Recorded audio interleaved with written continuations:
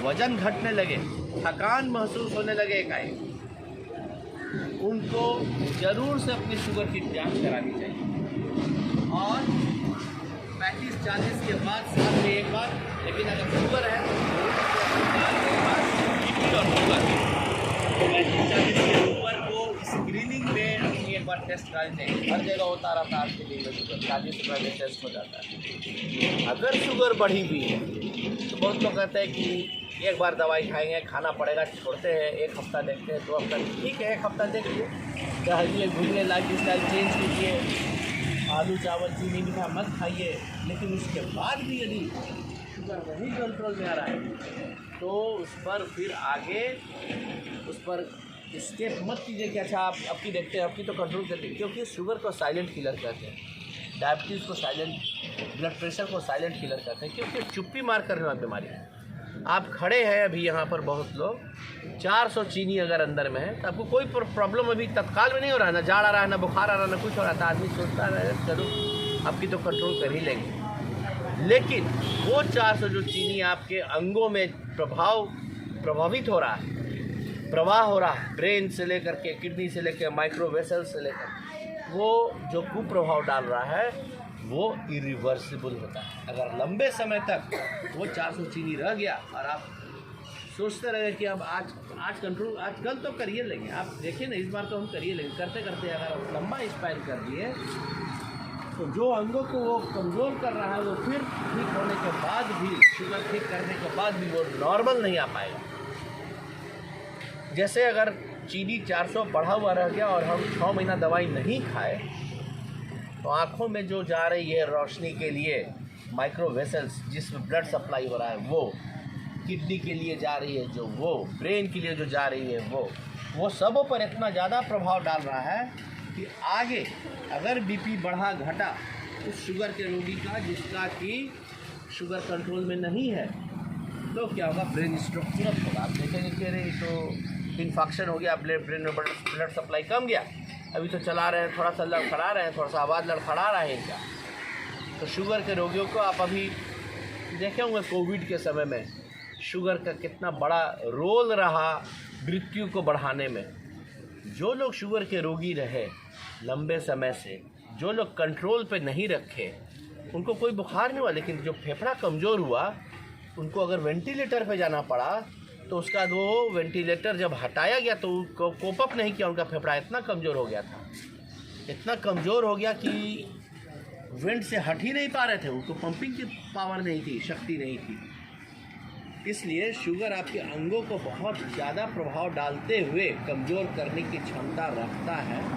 तो शुगर को कंट्रोल में रखना बहुत ज़रूरी है। शुगर की बहुत सारी अच्छी अच्छी दवाइयाँ भी आई हैं। सबसे पहला चीज़ होता है कि अपने खान पान से कंट्रोल कीजिए, वॉक कीजिए। इसलिए आज यहाँ हम लोग वॉक फॉर लाइफ प्रमोट करने के लिए आए हैं। ये देखा गया कि अगर आप वॉक करते हैं, एक्सरसाइज करते हैं, योगा करते हैं, बहुत सारे साथी यहाँ पर अभी सुबह सुबह मिले जो बोले कि अभी हम दौड़ के आ रहे हैं, आप सभी लोग जागरूक हैं, आप लोग वॉक कर रहे हैं, अपने शरीर के प्रति सचेत हैं। ईश्वर आपको शरीर दिया है तो शरीर भी आपका डिमांड करता है कुछ समय, ये लोग नहीं समझते हैं। अपना शरीर पर कम से कम 45 मिनट से 1 घंटा देना चाहिए। वो आपका शरीर आपसे डिमांड करता है कि हम पर भी ध्यान दो, अपने बच्चे पर, पिता माँ भाई सब पर ध्यान दे रहे हो, अपने आप पर भी ध्यान दो। वर्ष में होते जा रहा है, इतने रोगियों की संख्या बढ़ी है हाल के दिनों में। और पहले ये माना जाता था कि अर्बन एरिया माने शहरी लोगों का है और ऐसे लोगों का है जो मेहनत कश नहीं है। लेकिन आपको विश्वास दिलाते हैं कि ऐसे जगह फ्री कैंप हम लोग लगाते हैं।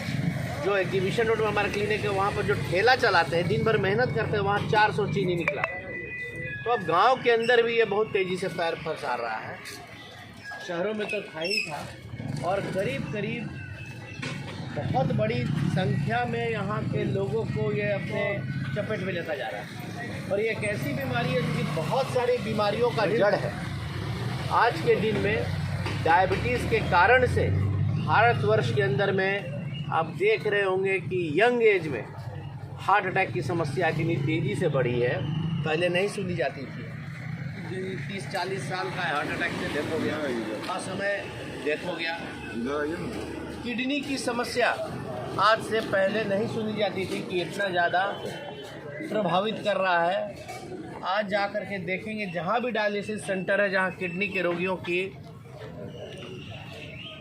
ये होती है, डायलिसिस होती है, भरा रहता है। उसमें कहीं जगह नहीं है, वेटिंग लिस्ट चलता रहता है। किडनी के रोगियों की संख्या में, हार्ट के रोगियों की संख्या में, ब्रेन स्ट्रोक के रोगियों की संख्या में, क्रोनिक समस्याओं, क्रोनिक डिजीज़ के रोगियों की संख्या में इतनी बढ़ोतरी हुई है हाल के दिनों में, जिसका कोई हिसाब लगाते हैं। और भारतवर्ष जैसे विकासशील देश जो अभी इतना स्ट्रगल कर रहा है, उसमें ये बीमारी हमको बहुत पीछे खींच रही है। क्योंकि एक बार जिसको भी ये बीमारी हो गई, आजीवन वो दवाइयाँ खानी पड़ती है, एक तो महंगी दवाइयाँ, और उस पर से लाइफ लॉन्ग खाना, और उस पर से यदि आँख को रेटिनोपैथी कर दिया, आँख की रोशनी ख़राब कर दी, फिर रोशनी आती नहीं जल्दी, लेज़र कराइए महंगी, किडनी की समस्या कर दी तो लाइफ लॉन्ग वो पूरा का पूरा परिवार उस पर ग्रसित हो जाता है। पूरा का परिवार, एक बार का डायलिसिस का दाम 3500-3600, हफ्ते में 3 दिन 2 दिन कराना है, आजीवन कराना है। कहाँ से कौन करा पाएगा? जाना आना रहना खाना सब कुछ मिला जुला करके पूरा परिवार चरमरा जाता है। तो इसलिए इसके बारे में जानना बहुत आवश्यक है कि इन सब चीज़ों से हम बच के कैसे रहें, इसका बचाव है कि नहीं। और दूसरा ये भी जानना है कि क्यों इतनी तेज़ी से फैला हमारे यहाँ। तो फैलने के कारण में तो बहुत सारे कारण हैं। सबसे पहला कारण जो हमारे यहाँ परिस्थिति बदलाव हुई है वो है कि हमारे यहाँ स्ट्रेस, तनाव इतना ज़्यादा हो गया है। सीट है 50, आज एप्लीकेशन निकला, 5 लाख एप्लीकेशन पड़ गया। सब लोग तनाव में है कि नौकरी मिलेगा कि नहीं मिलेगा। बच्चा है तनाव में कि हमको स्कूल में एडमिशन होगा कि नहीं होगा। उसके माँ बाप तनाव में है कि 4th क्लास में 4 साल का बच्चा है और रात में लाइन लगा हुआ है। 4 सीट है 50 तो नोटर डेम अकेडमी में एप्लीकेशन देना पड़ गया। और सब लोग चाहते हैं कि बढ़िया स्कूल में जाए। बच्चा से लेकर के जब तक उसकी मृत्यु नहीं हो रही है तब तक तनाव हमारे यहाँ बहुत। प्रश्न है कि इनका फास्टिंग 120 है और बीपी 170-80 के लगभग रहता है, क्या करें? देखिए, शुगर जो होता है ना, या कोई भी बीमारी, उसका स्पेक्ट्रम होता है। सब के लिए सब धन 22 पसेरी नहीं। यंग एज में अगर शुगर आ गया 30 साल में, तो उसके कंट्रोल के लिए बहुत स्ट्रिक्ट प्रोटोकॉल हम लोग रखते हैं, क्योंकि उससे शुगर के साथ बहुत लंबे समय तक चलना है। उतने समय में उनके अंगों को भंग करने का क्षमता वो रखता है। किसी को अगर 60 या 70 साल में शुगर आ रहा है तो जितना उतना ही शुगर अगर 30 साल में आ रहा है तो ट्रीटमेंट का प्रोटोकॉल, मैनेजमेंट का प्रोटोकॉल अलग होगा। जिनको 60 या 70 साल के बाद में उतना ही शुगर या उससे भी शुगर ज़्यादा आ रहा है यंग एज वाले से, उसका माइल्ड होगा, हल्का होगा प्रोटोकॉल। क्योंकि जिनको 70 साल में शुगर आई है उनको बहुत कम समय तक शुगर के साथ रहना है। जिसको 30 साल में शुगर आई है उसको बहुत लंबे समय तक शुगर के साथ रहना है। दूसरा, ओल्ड एज में हम लोग बहुत स्ट्रिक्ट कंट्रोल नहीं रखते हैं और आपका जो शुगर है करीब करीब उसको हम लोग सही मानते हैं कि इस एज के हिसाब से, इस चलने के हिसाब से इतना पर ठीक है। 200 क्रॉस नहीं करना चाहिए। हल्का और कंट्रोल हो जाए तो और बेहतर है, लेकिन अभी आपके लिए कोई परेशान होने की आवश्यकता नहीं है। टहल घूम करते रहें, जैसा दवाई पर अपना मेंटेन किए हुए हैं वो मेंटेन करके रखें। थोड़ा और कंट्रोल आ जाता है तो और बेहतर रहेगा। जी, कोई मेडिसिन अगर यूज़ नहीं किए हैं तो एक हल्का मेडिसिन 130-180 है तो कर सकते हैं, या आप डाइट को और स्ट्रिक्ट कंट्रोल कीजिए और टहलना घूमना कीजिए, तो फिर आपको इसका साइड इफेक्ट नहीं रहेगा शुगर बढ़ा हुआ रहने का।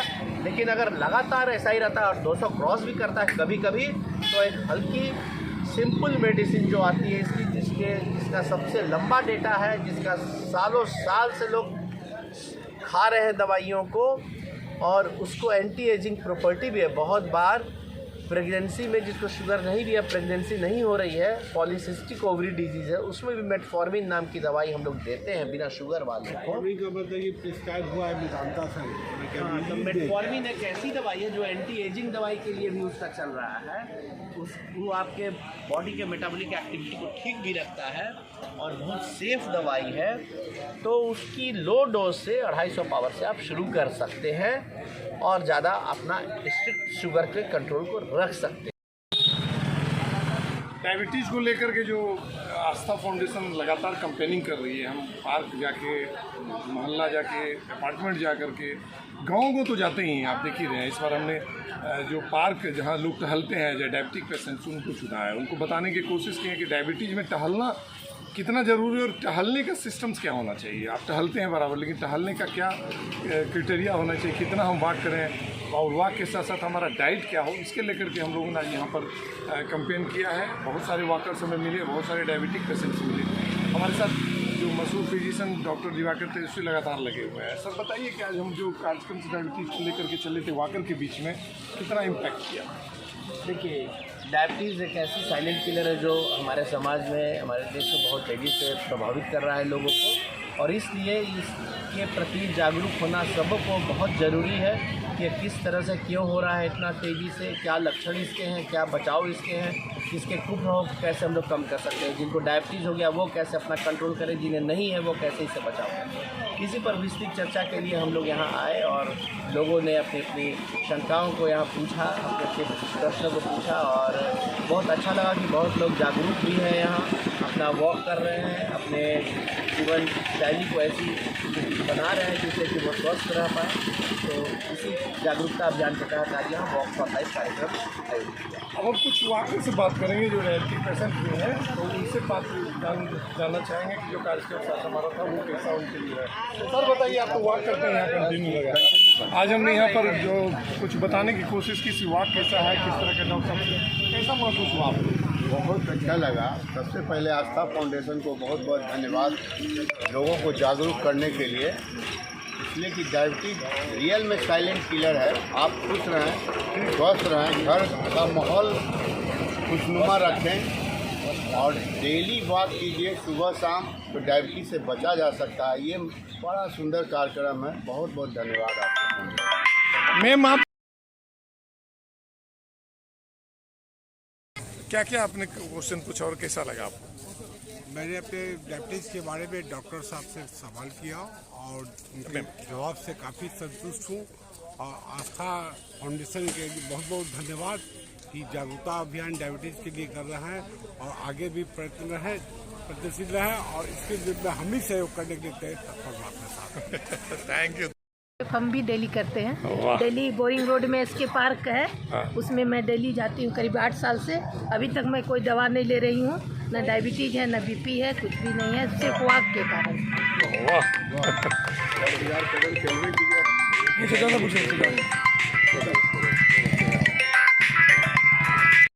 आपके शरीर में गया, एक भर पेट खाना के बराबर है।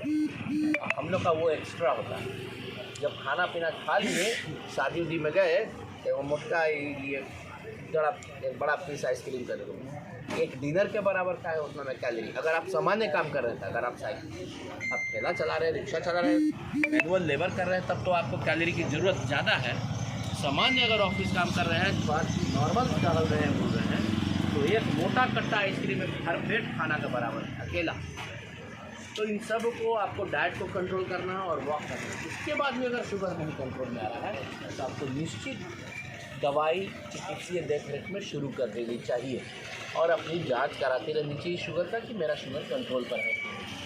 अगर बढ़ा हुआ है तो उसका डोज बढ़ता है।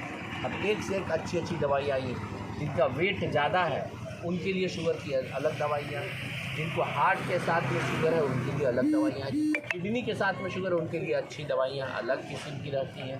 तो इस तरह बहुत सारी शुगर की दवाइयाँ हैं। लेकिन एक चीज़ पर और ध्यान रखना है कि अगर दवाइयों के बावजूद शुगर नहीं कंट्रोल में आ रहा है तब आपको इंसुलिन लेना चाहिए, लेना ज़रूरी है।